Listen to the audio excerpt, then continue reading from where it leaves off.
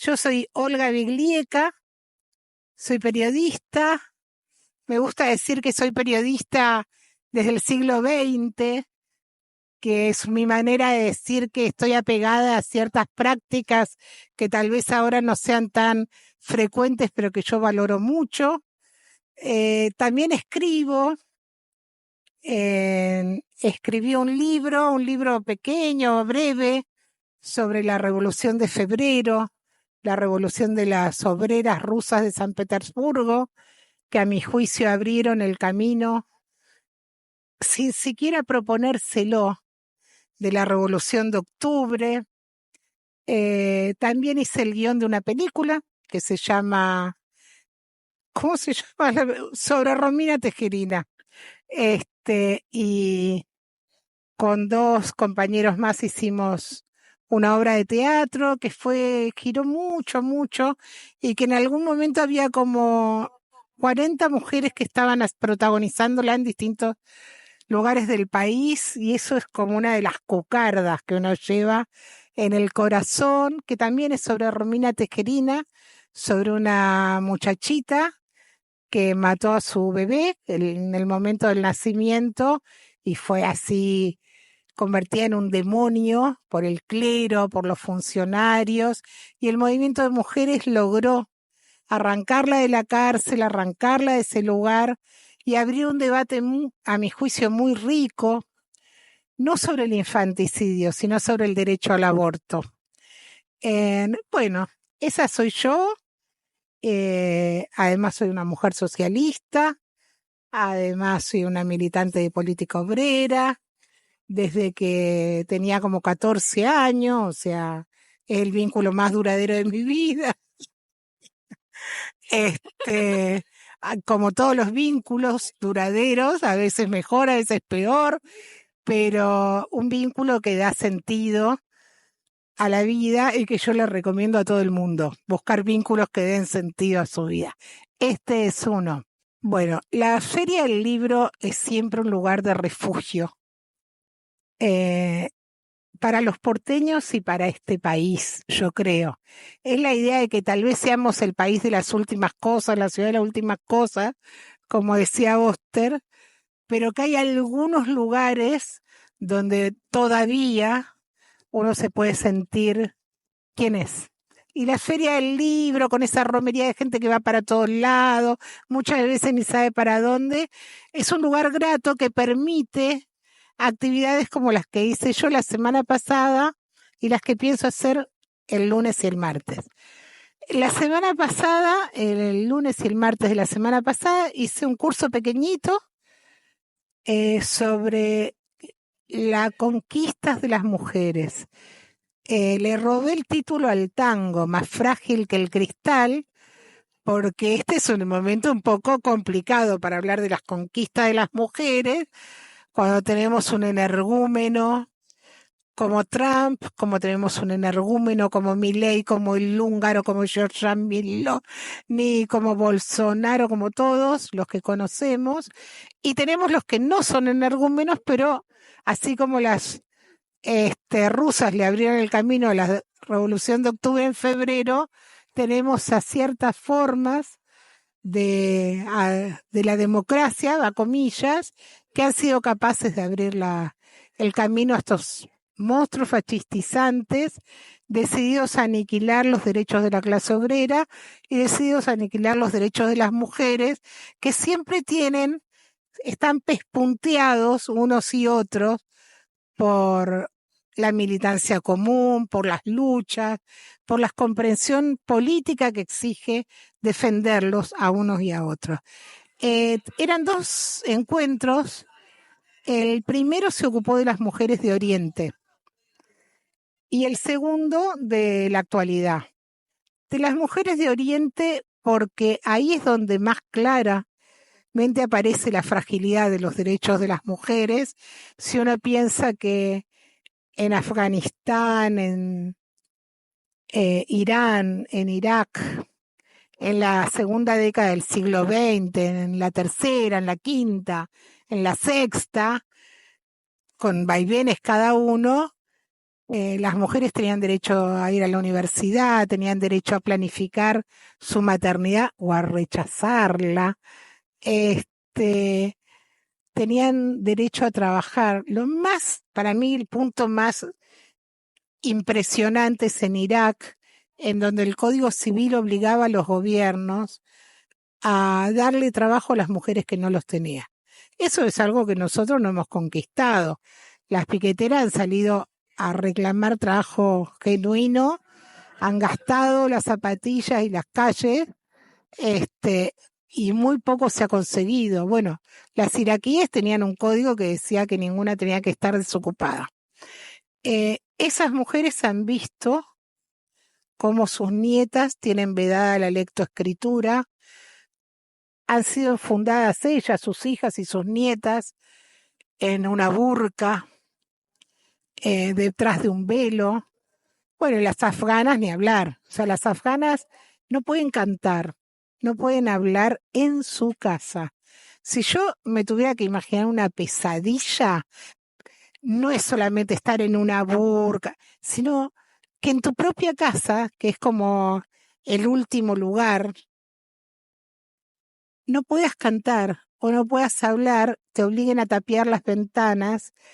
Y si hablas fuerte, yo a veces hablo fuerte, puede ser que entre una bestia y te arranque de allí. ¿Qué pasó? Es eso lo que discutimos. Vimos las fotos, no como fotos fijas, sino en movimiento, y tratamos de entender qué pasó. El primer encuentro, el segundo encuentro, nos ocupamos de qué pasa ahora para que en Estados Unidos, en 27 estados, más de la mitad, el aborto sea ilegal, después que durante medio siglo no lo fue, estuvo despenalizado.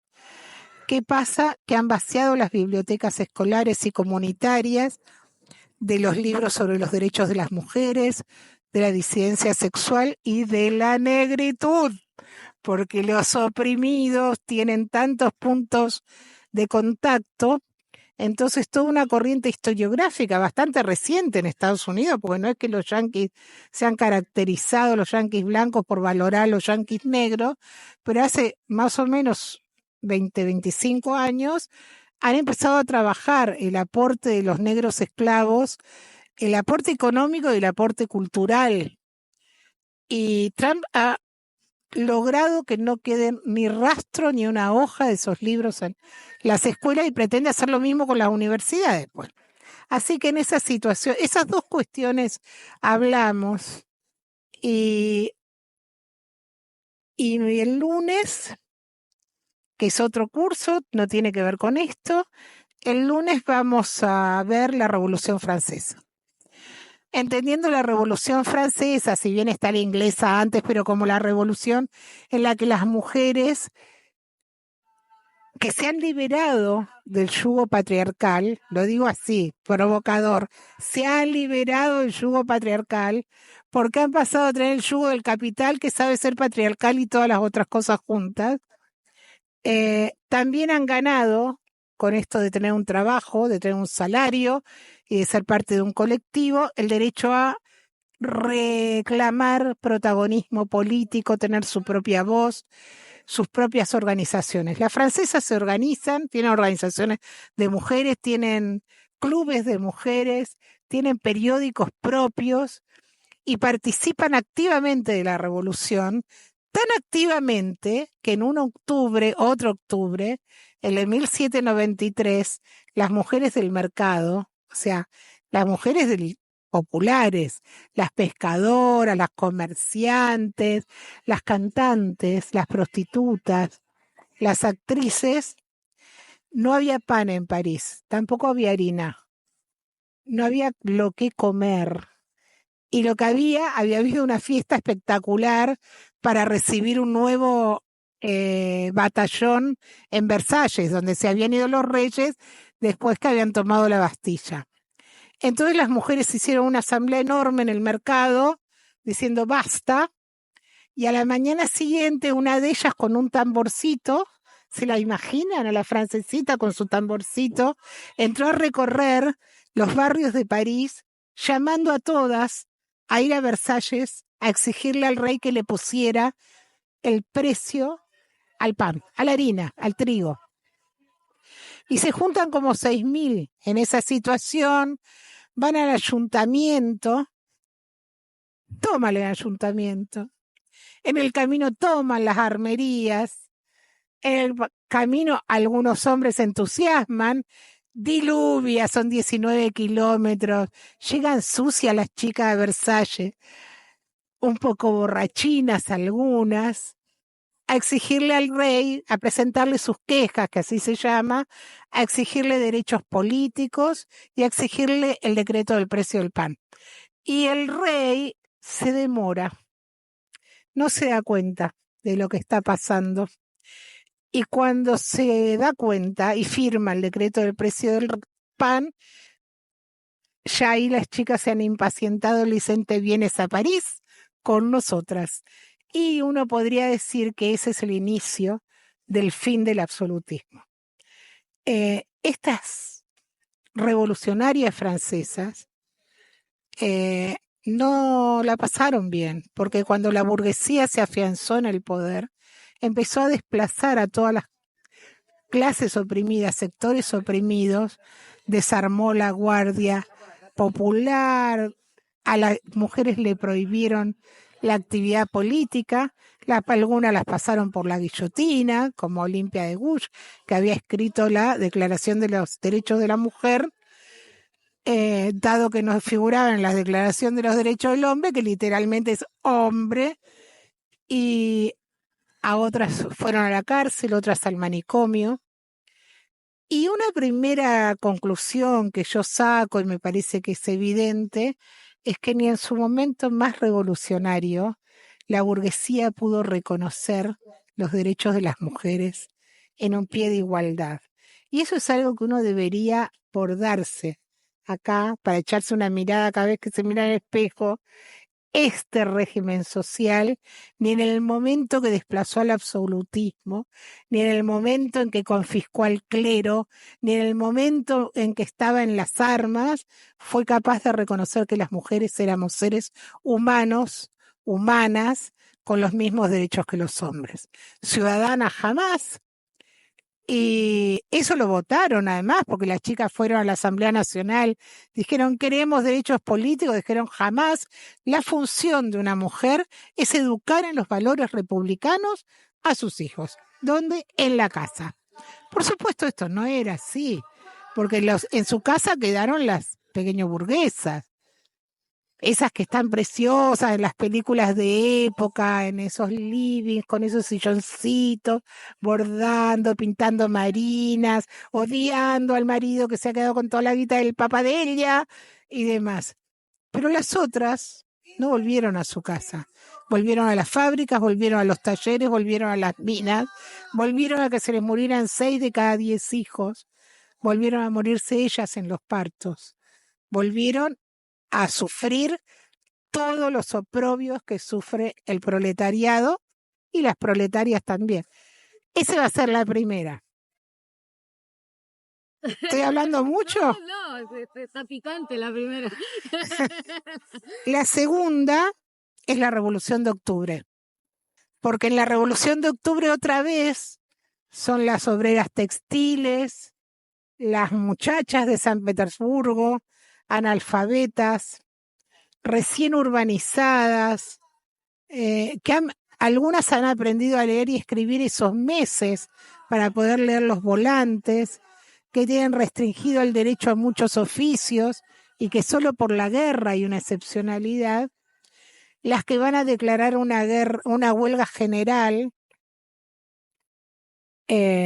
por supuesto acompañadas por las mujeres bolcheviques, pero con oposición al comité regional del partido bolchevique, y esa huelga general que conquista a los otros obreros de San Petersburgo, que conquista a los soldados de los cuarteles que están acantonados en San Petersburgo para proteger al zar, derriba siglos de Romanov y más siglos de zarismo todavía.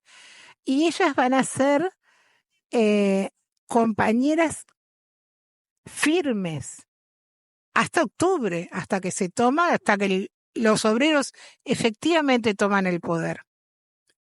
Y Lenin va a ser probablemente el más visionario respecto de que esas mujeres tienen que estar incorporadas al gobierno obrero. Tienen que hacerse cargo de todas las tareas ejecutivas que se hacen cargo también sus compañeros, y que esa es la salvaguarda de la revolución. Pero después de la muerte de Lenin, y a medida que la burocracia va tomando el poder y desplazando a Trotsky y a los sectores revolucionarios de la conducción del Estado obrero, las mujeres otra vez van a tomar la misma bebida amarga, que van a empezar a ser despedidas. Ser despedida no era poca cosa, porque en Rusia, en ese periodo, muchas de las familias obreras vivían en las fábricas donde trabajabas. Cuando uno perdía el trabajo, también perdía la vivienda. Van a ser despedidas, se va a ilegalizar el aborto, se va a poner en cuestión el divorcio, se va a castigar como un delito la prostitución, aunque haya hambruna, se va a castigar la homosexualidad, se va a convertir en un fin, en una meta de la vida de las mujeres, la maternidad, y todos esos derechos que la revolución de la clase obrera había otorgado en horas prácticamente, con niveles de debate interesantísimos sobre cómo debían organizarse las familias comunitarias o la vieja familia pequeño burguesa, debates cuando todavía no se había firmado la paz de Brest-Litovsk, debates cuando todavía los ejércitos blancos hostigaban todas las fronteras de la URSS armados por la burguesía europea para derrocar el Estado obrero. Lenin y Trotsky dieron un espacio, consideraron que era vital que la Revolución de Octubre diera un lugar a las mujeres. Construyeron el Cenotdel justamente para que como la Secretaría de la Mujer, para que las mujeres sin partido, no las bolcheviques, sino las obreras sin partido, tomaran en sus manos el control del aparato del Estado.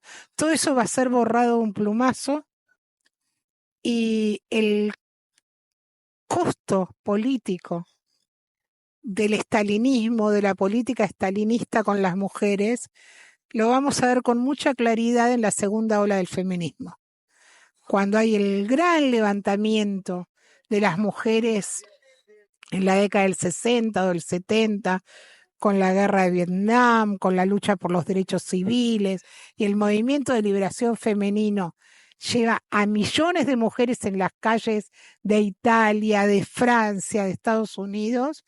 No hay una perspectiva de clase que discuta, ni que dialogue, ni que sea visualizada por ese movimiento, porque el socialismo es Stalin para su comprensión. El costo de eso fue enorme y todavía lo estamos tratando de remontar. Lo que tienen en común, yo creo que dije, en París no había pan. En San Petersburgo el pan costaba 7 veces lo que costaba el año anterior y no había harina tampoco. O sea, cuando hay una situación desesperada de ese tenor, cuando las mujeres no pueden parar la olla, cuando los hijos tienen hambre, salen a la calle. En la Argentina los niños tienen hambre. Por lo menos 1.200.000 chicos todas las noches se van a la cama sin poder comer. Lo sabe su mamá, lo sabe su familia, lo sabe la maestra.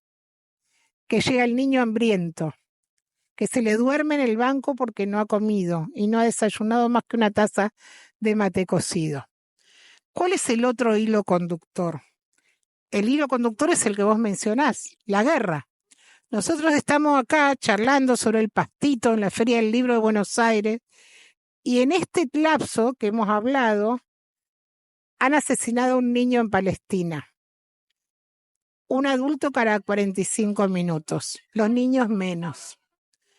estamos hundidos en la barbarie. O sea, la guerra es una palabra que cuando uno empieza a llenarla de sus contenidos, Netanyahu acaba de prohibir que en Israel haya marchas con carteles con las fotos de los niños asesinados. Yo creo que porque es insoportable. Y eso también es algo que pasaba, la muerte en las trincheras de la Primera Guerra Mundial, pasó en la Segunda Guerra Mundial, el sitio de Stalingrado, las enormes crímenes del nazismo por donde haya pasado,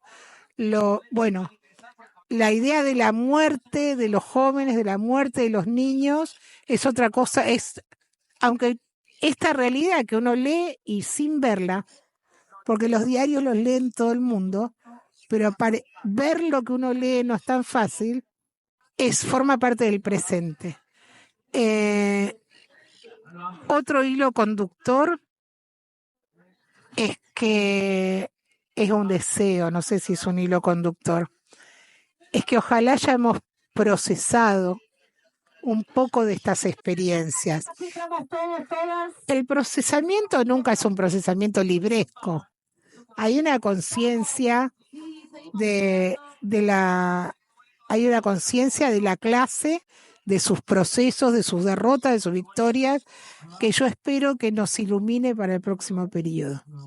Las mujeres que voltearon el zar está en Baja Libro y es gratis. O sea, cualquiera que entre allí puede, siguiendo los pasos, que para mi gusto son bastante complejos, pero que hay gente que lo logra, y si no, uno tiene un lugar donde llamar y pedir ayuda, se pueden bajar.